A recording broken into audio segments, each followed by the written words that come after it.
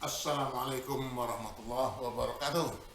Assalamualaikum. Nabi pun Ya pun. jumpa lagi di Bistrom Channel, channelnya isu populer. Jadi channel isu populer kebetulan kita beberapa waktu yang lalu membaca berita bahwa seorang Algir Dianis Tabrani menggugat melalui PT UN berkaitan dengan putusan yang tidak dilaksanakan eksekusinya.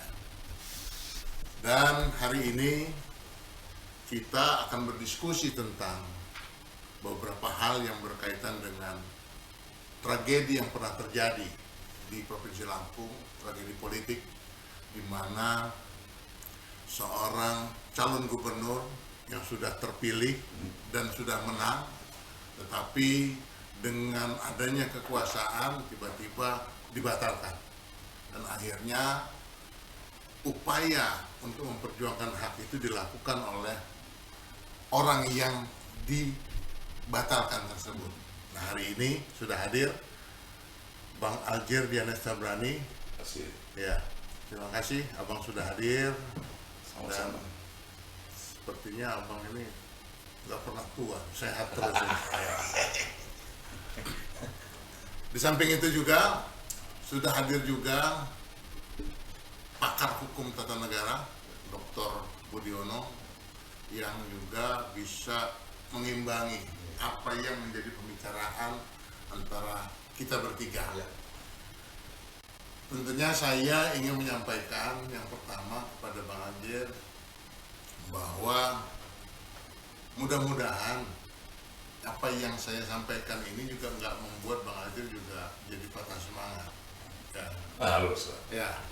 Yang pertama bahwa tahun 2002 dulu tentunya masih banyak yang ingat, tetapi juga saya yakin juga sudah banyak yang lupa.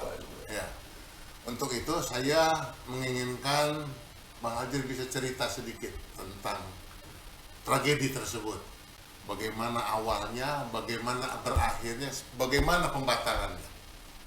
Silakan Bang Algir. Terima kasih, Ya. Bung Ab. Pada kesempatan ini saya menjelaskan kenapa itu bisa terjadi.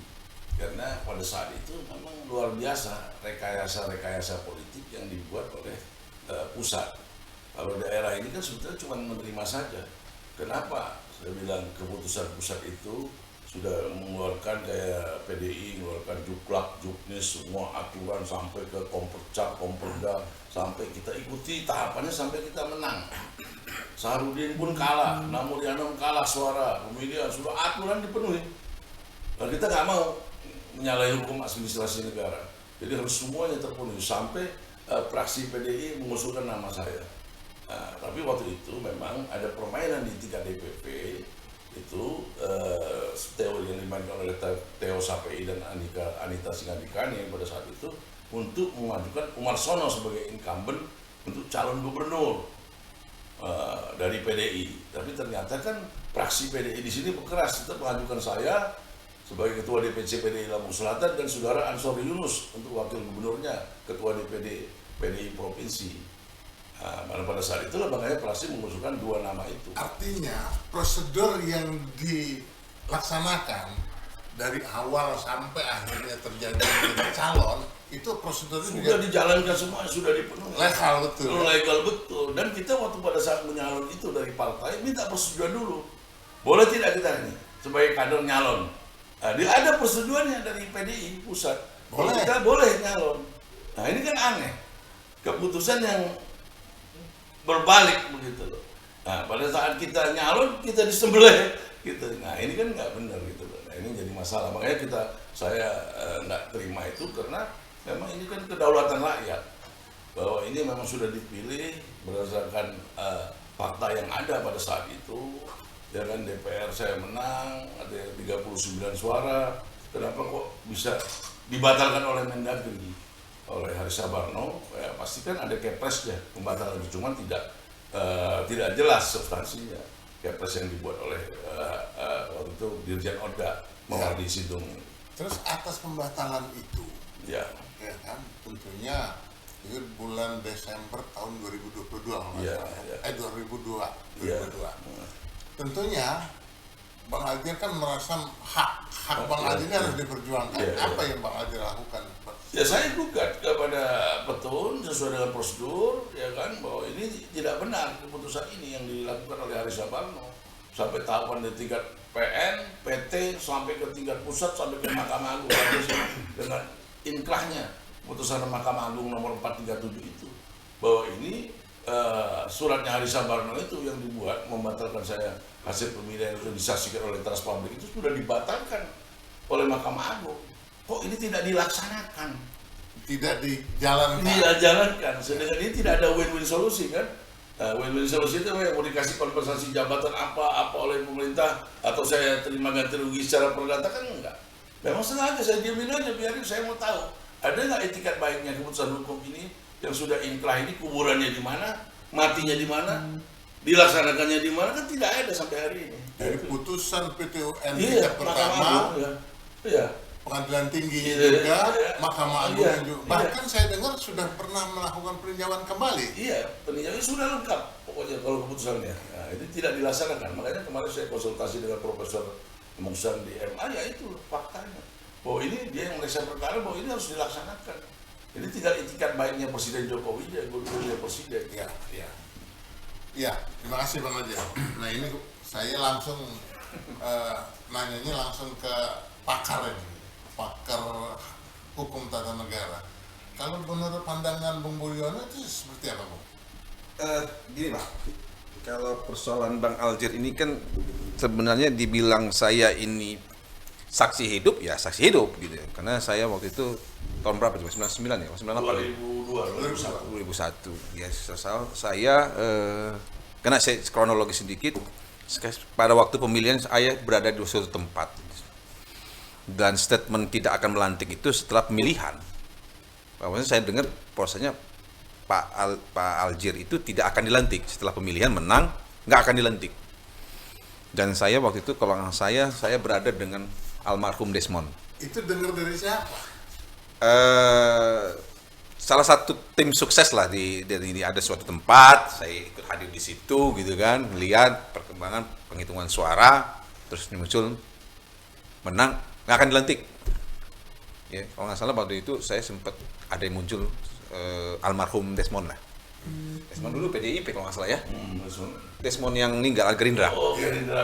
Ya gitu kalau nggak salah. Pokoknya saya masih ingat Desmond lah beberapa puluh tahun yang lalu ya. Nah, dari situ kan kita lihat bagaimana gejolak. Ya, akhirnya presiden tidak mengeluarkan kepresnya ya. Pengangkatan malah pengangkatan PJ kalau nggak salah ya, Alwi. Nah, jadi Kusnadi Alwi sehingga Pak Ngazil Murga kan. Dari apa yang diceritakan sebenarnya mekanisme yang sudah ditempuh sudah sebagai kan negara ini kan menyediakan saluran-saluran apabila warga negara itu kan merasa dirugikan ada kebijakan suatu negara, baik itu PT UN, PM, Pengadilan Negeri, ya. Nah ditempuh oleh Bang Aldir ini PT UN sampai tingkat Mahkamah Agung dan pada waktu itu keluar putusan bahwasanya membatalkan itu segera dilantik. Cuman kan memang saya lihat memang yang itikat baik dari pemerintah tidak mau melantik Bang Aldir dan sampai sekarang kan nggak akan ada gerakan dari pemerintah untuk melakukan pelantikan.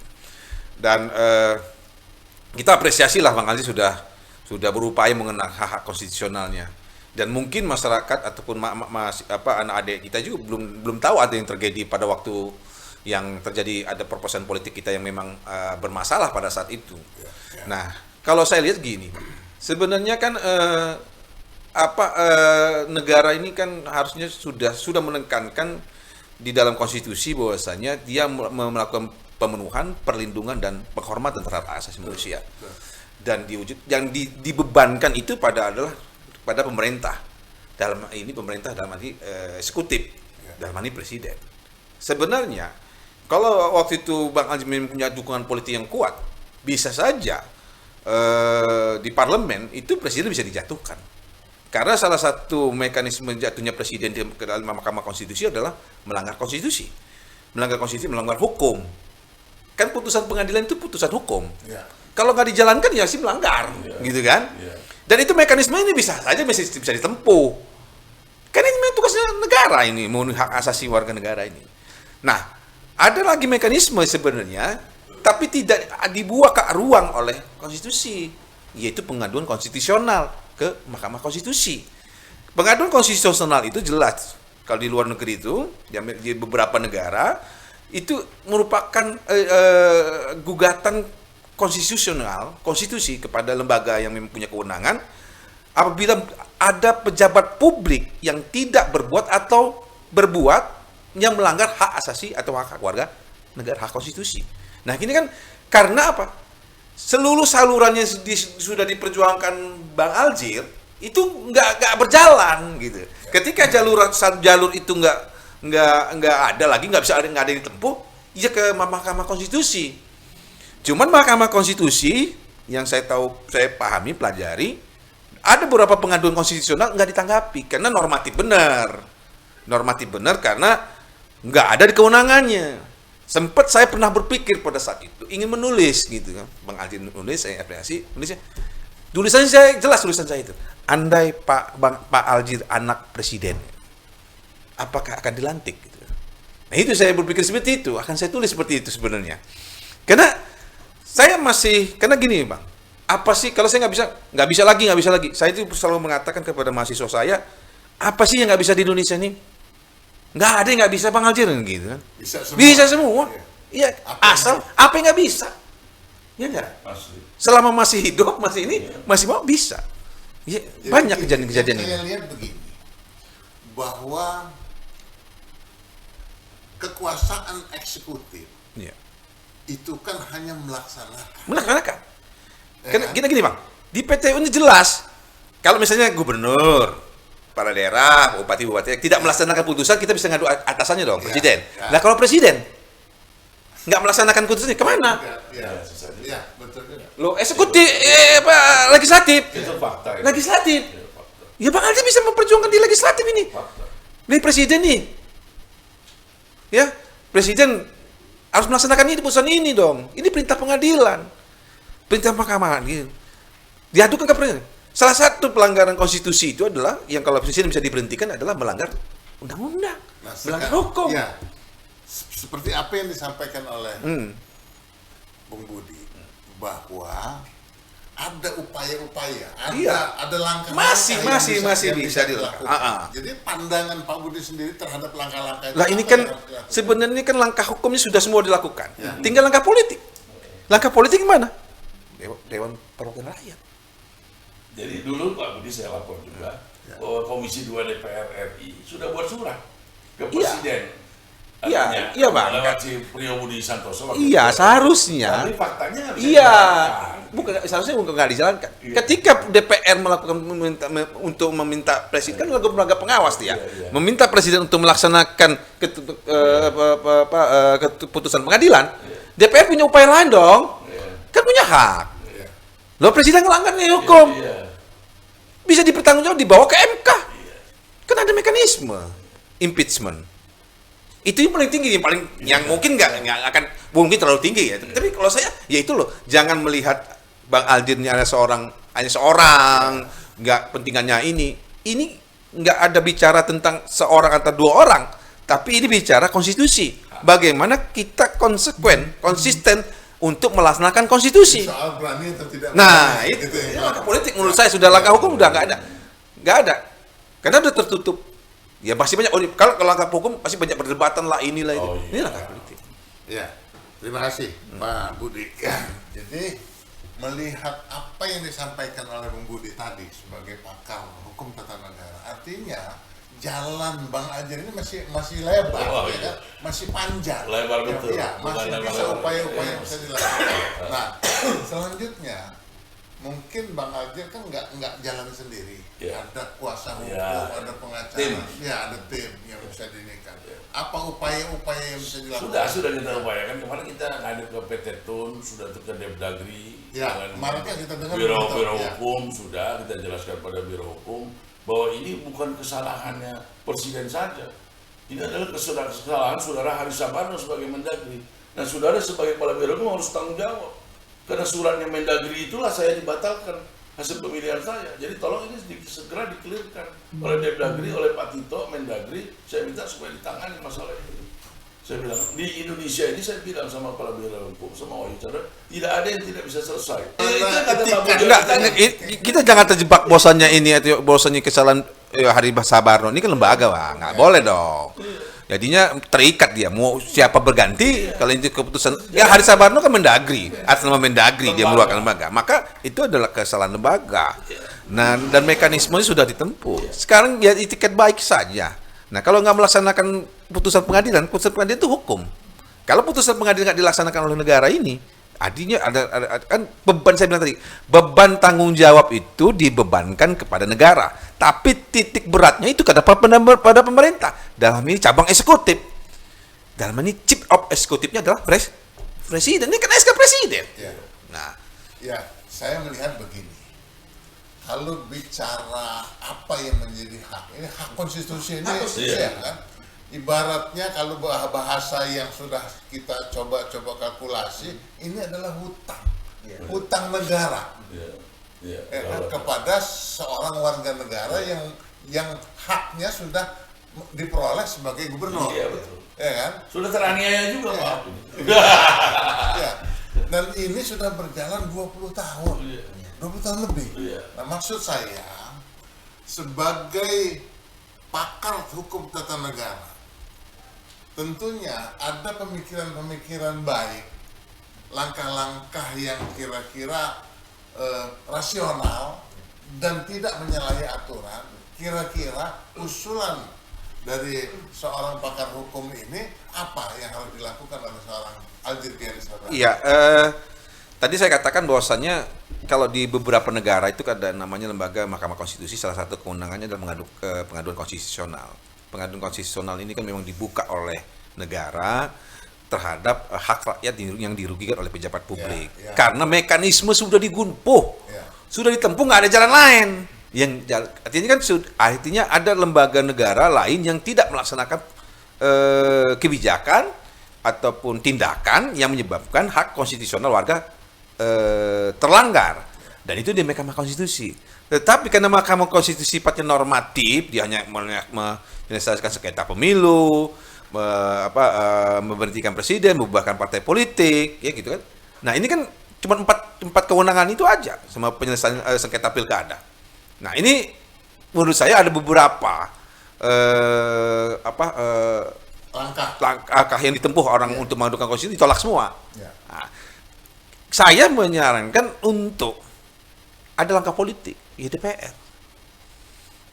Ini kan kewenangan melakukan pengawasan terhadap pelaksanaan ini adalah DPR. Kan kita sama-sama. Cuman kan memang lembaga politik kan, ya Abang Bang Ali lebih tahu lah. Lemah kan itu. Ya, kita sama-sama tahu bahwa kawan-kawan kita atau wakil-wakil rakyat kita di DPR itu kan ada pimpinannya. Iya. Ya, Iya. Nah, sementara pimpinannya, jadi langkah ini harus dilakukan secara maraton ya, secara maraton untuk ketemu dengan pimpinan dan lain sebagainya. Ya saya bukan menghalangi Bang Aldi mengadu ke MK gitu kan. Ya. Tapi kalau upaya itu bisa ditempuh ya nggak diajukan saja gitu pengaduan konstitusional ini. Walaupun ada beberapa kasus yang ini.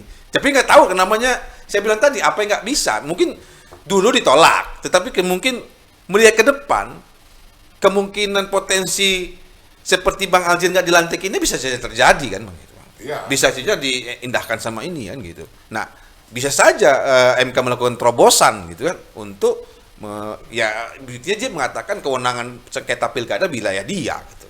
Walaupun ada yang mengatakan ini sengketanya wilayahnya bukan wilayah Mahkamah Konstitusi. Tadi kalau kita berprinsip bahwasanya apa sih yang nggak bisa di Indonesia? Ya, saya bisa selama Bang Aldi masih gigih memperjuangkannya, saya yakin ya masih ini aja. Situasi politik kan bisa saja berubah kan. Ya. Gitu. Sementara apa yang disampaikan oleh pakar hukum tata negara ini, saya melihat bahwa banyak sekali celah-celah yang bisa dilakukan. Nah, sementara dari apa yang disampaikan tadi, pemikiran Bang Aljir mungkin juga akan bicara dengan kuasa hukumnya atau pengacara. Kira-kira langkah-langkah apa? Ya harus cepat. Harus selesai. Ya, harus cepat. Jadi saya Gini Bang, kan ini Abang kan ke MA Ya. untuk meminta untuk pelaksanaan eksekusi ya. Nah, langkah MA gimana Bang ke Ya, Mendagri? mereka akan buat surat. Nah, Mereka itu. akan buat surat kepada Surat inilah. surat kepada Mendagri. Nah. Dan nanti Mendagri akan buat surat juga kepada daerah. Ini kan akhir Agustus ini kan tahapan pilgub sudah dimulai. Kita minta supaya pemilihan gubernurnya ditunda. Tidak ada tawar-menawar lagi, harus ditunda pilgub. Cuman kan ini kita harus hati-hati. Pilgub ini syarat kepentingan partai-partai mau menjadikan kadernya, ya nggak, belum lagi aparat penegak hukum yang artinya ngomong dalam menghadapi pilgub ini kan cari duit japuk. Tapi kan ada macam Pak. Fokusnya gini Bang, semua partai itu sepakat Bang Najir jadi calon tunggal. Iya, Sehingga Ini solusinya yang bagus Pak. jadi solusinya ini dong. solusi yang terbaik itu sebenarnya nanti setelah hasil saya menghadap presiden, saya akan minta waktu kepada presiden sebelum tahapan pilgub ini dimulai. Saya menghadap Jokowi karena Jokowi ini harus menegakkan kedaulatan rakyat. Karena hasil pemilihan ini hak konstitusi, Penegakan penegakan demokrasi. dan ini momen tepat. Ya. Itu makanya dalam wawancara saya dengan kawan di medsos itu saya jelaskan. Artinya inilah Pak Jokowi harus mengembalikan hak-haknya kedaulatan rakyat Lampung pada saat tahun 2002-2003. Jadi apa yang dikatakan Ibu Mega itu bahwa Jokowi itu tidak melaksanakan konstitusi segala macam kasus Gibran, dengan momen ini dia coba buktikan. Dia lantik saya jadi gubernur Lampung bahwa dia kembalikan hak konstitusi ini.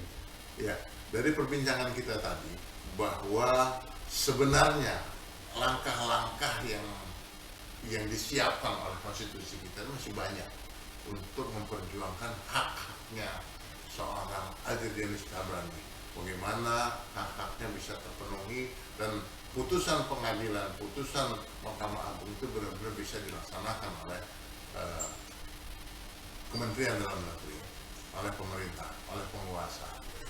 Selanjutnya pertanyaan saya kepada Bang Aljir, setelah berkali-kali putusan sudah dijatuhkan, perjuangan untuk melakukan agar putusan tersebut bisa dieksekusi tidak dilaksanakan, terus langkah-langkah selanjutnya apa yang akan Bang Aljir lakukan untuk memperjuangkan hak ini? Ya, saya akan ajukan juga nanti berdasarkan hasil konsultasi dengan presiden. Kalau perlu nanti MK kan akan mengeluarkan keputusan. Saya sudah koordinasi juga dengan beberapa hakim di MK, kawan-kawan saya juga di situ ada dari P3, Pak Arsul Sani dan lain-lain.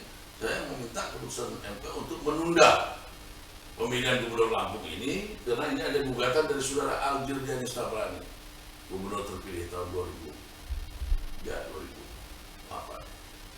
Jadi supaya ditunda dengan dasar keputusan MK tadi, gugatan saya di MK kan bisa ditunda 3 bulan, bisa 6 bulan, bisa 1 tahun. Nah itu tergantung, ya kan?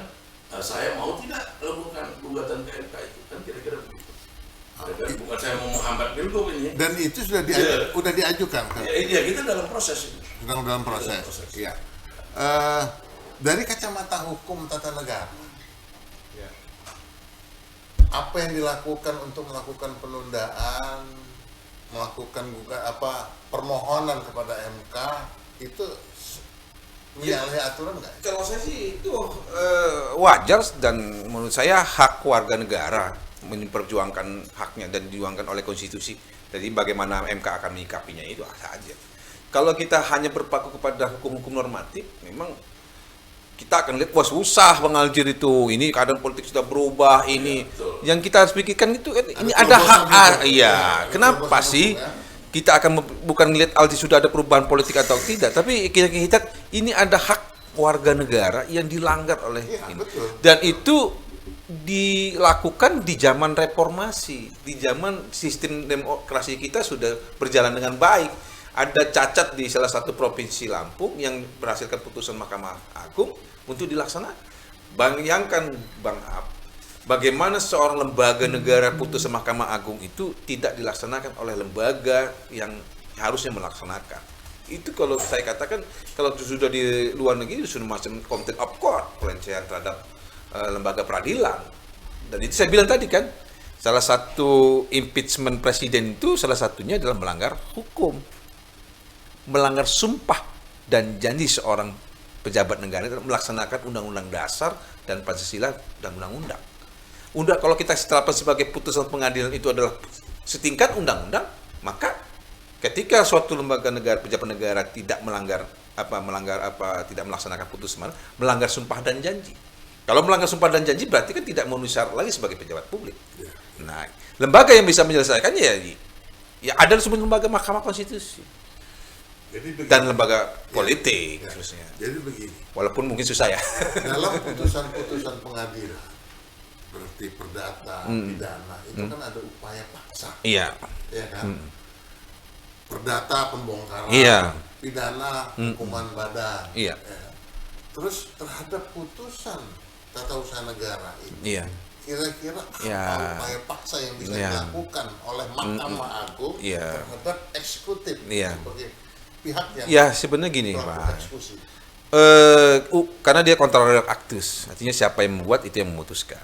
Tetapi tidak berarti tidak mempunyai daya paksa untuk dipaksa. Saya tadi contohkan, misalnya kepala desa tidak melaksanakan keputusan kepada bupati. Bupati nggak melaksanakan keputusan kepada gubernur. Gubernur nggak melaksanakan keputusannya adalah presiden. Pertanyaan saya, kalau presiden nggak melaksanakan keputusan kemana? Berarti ada lembaga yang melakukan pengawasan. Dalam ini siapa? DPR. Itu tadi mekanisme seperti itu. Upaya paksa di situ. Kalau kita sekarang ada nih namanya ombudsman. Nah, ombudsman ini juga lembaga negara. Ya, cuman kan ombudsman nanti berkilanya, ini bukan zaman saya, itu kan gitu. Zamannya kemarin kan bisa lembaganya belum ada. Ya, menurut pemikiran, secara logika ya, saya di luar Iya. di luar konteks pemahaman saya soal hukum. Yang namanya putusan pengadilan, putusan Mahkamah Iya. Agung, kira-kira Mahkamah Agung bisa nggak memberikan perintah kepada lembaga legislatif? Perintah ya, perintah kepada lembaga legislatif untuk melakukan penekanan terhadap eksekutif. Ya bisa saja, Bang. Ya namanya dia lembaga, suatu lembaga check and balance kan. Ya. Dikirim surat nih kepada lembaga legislatif, ini ada presiden nggak melaksanakan putusan saya.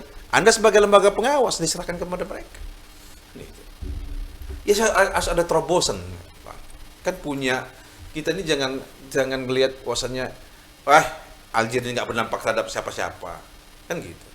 Kalau Ya, melihat ini hukum, ini iya kalau melihat seperti itu ya nggak akan selesai. Tapi karena persoalannya persoalan hukum. Iya. Ya, ini bisa saja nanti terjadi kepada orang-orang lain kan gitu. Bisa saja terjadi kepada kita atau orang lain nggak melaksanakan. Karena ini presiden menurut saya. Karena ini arogansi kekuasaan pada saat itu kan. Iya. Kedaulatan rakyat dilanggar itu oleh Karena ini kan Mahkamah Agung kan check and balance sih. Ini putusan gue nggak dijalani. Ini DPR gimana nih? Anda nih lembaga pengawas terhadap pelaksanaan sumpah presiden. Kenapa nih presiden nggak mau ini? Cuman kan kalau kita ngelihat ke situ ya kata Bang Ab tadi bahwasanya ya akan susah ya namanya ya susah ya. Tapi upaya itu tetap harus dijalankan. Apalagi pernah ada surat dari Mas, kalau Bang Haji punya dokumen bahwasan ada surat dari komisi berapa dari Pak Prof. Ya, Komisi 2. itu menjadi dasar juga. Ini sudah ada loh DPR melakukan ini gitu. Kenapa nih? Nah gitu lagi kan. Ya menurut saya ini kita harus diingatkan lah dengan peristiwa-peristiwa yang mungkin jadi cacat di dalam presiden perjalanan. buruk kalau sampai tidak dilaksanakan. Betul. Ya, saya menganggap bahwa yang namanya hutang itu harus melunasi, ya, harus selesai dia. Kalau nggak selesai kan dia. Ya, Nanti nggak mau lagi orang mengadu ke Makanya gini, pengadilan. Bang, saya jelaskan tadi sama Prof. Budiono, saya jelaskan bahwa ini perlu penerangan, penjelasan secara menyeluruh bahwa keputusan DPR yang milih saya itu sidang paripurna istimewa itu yang disahkan pada saat itu disaksikan teras publik oleh anggota DPR 39 suara itu harus dijelasin kepada masyarakat, kepada semua orang-orang ahli hukum bahwa ini keputusan ini hanya satu kali dipakainya in males aja, bukan buffalo gitu loh. Jadi tidak bisa dipakai berulang-ulang. Ini paripurna dong sidang istimewa, nggak bisa dibatalkan. Ini kedaulatan rakyat dibatalkan oleh Hari Sabarno Mendagri Gemblung ini kan, zamannya Megawati ini kan. Nah, dibatalkan oleh dia, sekarang dibatalkan oleh keputusan hukum Mahkamah Agung. Sudah inkrah. Nah, keputusannya ini kan sudah harusnya dijalankan. Kuburannya di mana ini keputusan hukum ini? Ya nggak, matinya di mana gitu loh. Kok tidak dieksekusi gitu loh. Nah, jadi nggak bisa lagi. Keputusan Jadi menteri bisa saya sampai mengarahkan hari ini keputusan. gubernur. Jadi siapapun sekarang jadi gubernur itu melakukan tindak pidana. Karena saya gubernur resmi. Kayak Sarudin melakukan tindak pidana karena dia bukan gubernur resmi. Tidak ada kedaulatan rakyat, itu sudah rekayasa semua zaman itu. Sudah permainan semua. Untuk Sandi Alwi, PJ juga walaupun sudah perintah presiden nggak bisa karena ini hukum. Ya. Nah, itu loh, bahwa apa yang ditandatangani mereka ngeluarin duit itu pidana murni. Tanya loh sama tata negara.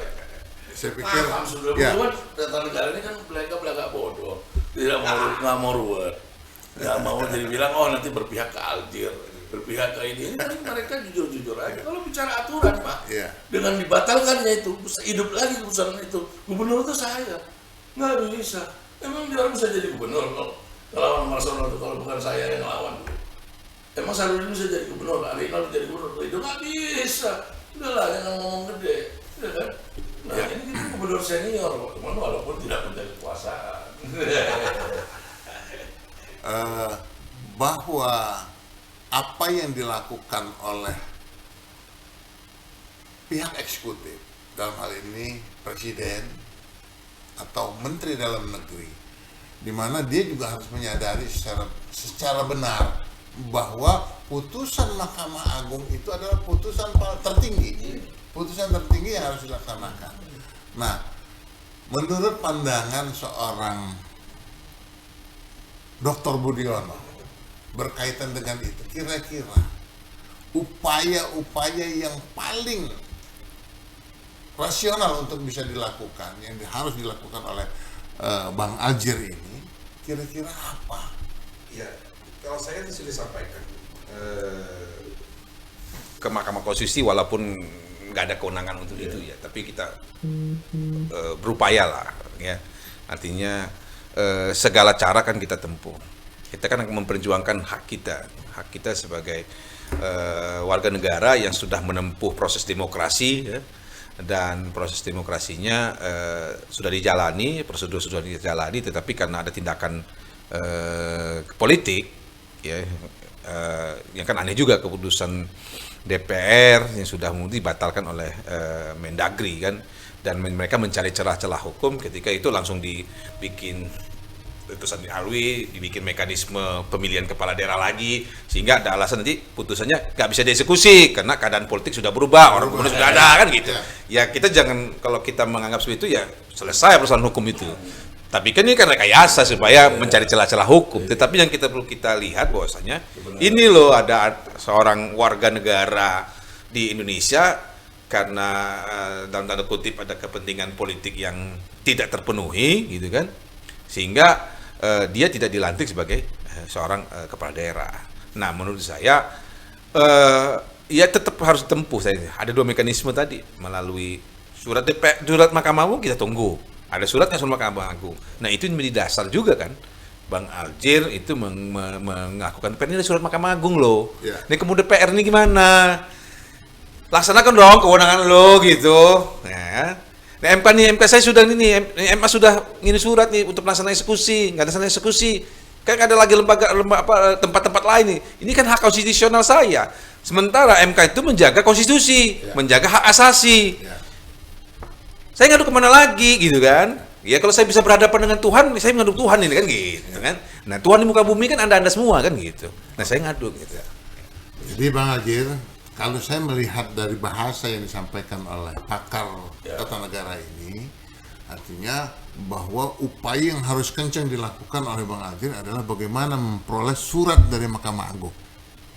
Surat dari Mahkamah Agung untuk melaksanakan eksekusi baik kepada DPR maupun kepada presiden. Nah, jadi upaya itu yang masih celah yang harus Saya kita sangat lakukan. paham sekali, Bu. Contohnya makanya tadi saya jelaskan. Prabowo itu sudah dipecat bintang 3. Bisa jadi bintang 4 jadi presiden. Nah, ini kan kembali kepada haknya Pak Jokowi dan Allah. Ya. Nama amruhnya ada saya dari pulau laut pun bayar pun kata Allah pun. Jadi kalau Jokowi mimpinya bagus, dia mau menegakkan konstitusi. Nanti Aljazeera, Pak Tito, Saya nggak mau tahu. Bayar utang negara itu. Konstitusi saya ini kedaulatan rakyat. Selesai. Nggak ada masalah-masalah lain. Iya. Ini itikat baik aja, goodwill presiden. Makanya saya akan menghadap presiden secepatnya. Cuman kan tahu sendiri, namanya pilgub ini kan banyak kepentingan. Menghadapi tahun Agustus ini, KPU cari duit, ya kan? Aparat penegak hukum udah pasti cari japuk, ya kan? Ini jujur aja, ya kan? Supaya ada pilgub, supaya ada duit, supaya anggaran negara ini bisa dipakai. Di satu sisi kita kan, kalau uang ini dialihkan untuk kepentingan infrastruktur, untuk kesejahteraan rakyat, tidak usah pilgub. Ya, 780 sekian miliar ini Ya. ya udah sejahtera, ngapain ini milih gubernur lagi? Emang gubernur yang sekarang ini mau calon-calon yang lebih kualitasnya daripada saya? Belum tentu. Kita kan nggak tahu, udah 3 kali gubernur ini. Setelah saya itu, Sarudin ini semua apa yang dibuat mereka nggak ada. Ya. Artinya apa yang disampaikan tadi, saya melihat bahwa upaya untuk memperjuangkan surat dari Mahkamah Agung itu sangat penting. Oh iya. Ya kan? Sangat penting. Yang penting itu bukan Mahkamah Agung saja, itikat baik presiden. Karena Iya, inkrah. artinya begini, maksud saya ada alasan hukum, itu ya, alasan ada alasan hukum yang kuat bagi seorang presiden Iya. untuk menginstruksikan Iya. kepada bawahannya, kepada Menteri Dalam Negeri untuk melakukan eksekusi terhadap Eksekusi putusan. di presiden. Ya, presiden. Ya, Ya. Itu adalah bagian daripada strategi. ya. Kalau saya tidak akan mungkin buka. Sama juga ceritanya Pak dulu. Bagaimana sih Aldir tanpa APBD, APBN, tanpa ngutang duit negara bisa bayar utang Iya. Ini saya mau buka ya diambil sama gubernur yang ada di gubernur. Iya, iya, iya. Otak saya. Iya kan? Nah itu kira-kira sama juga.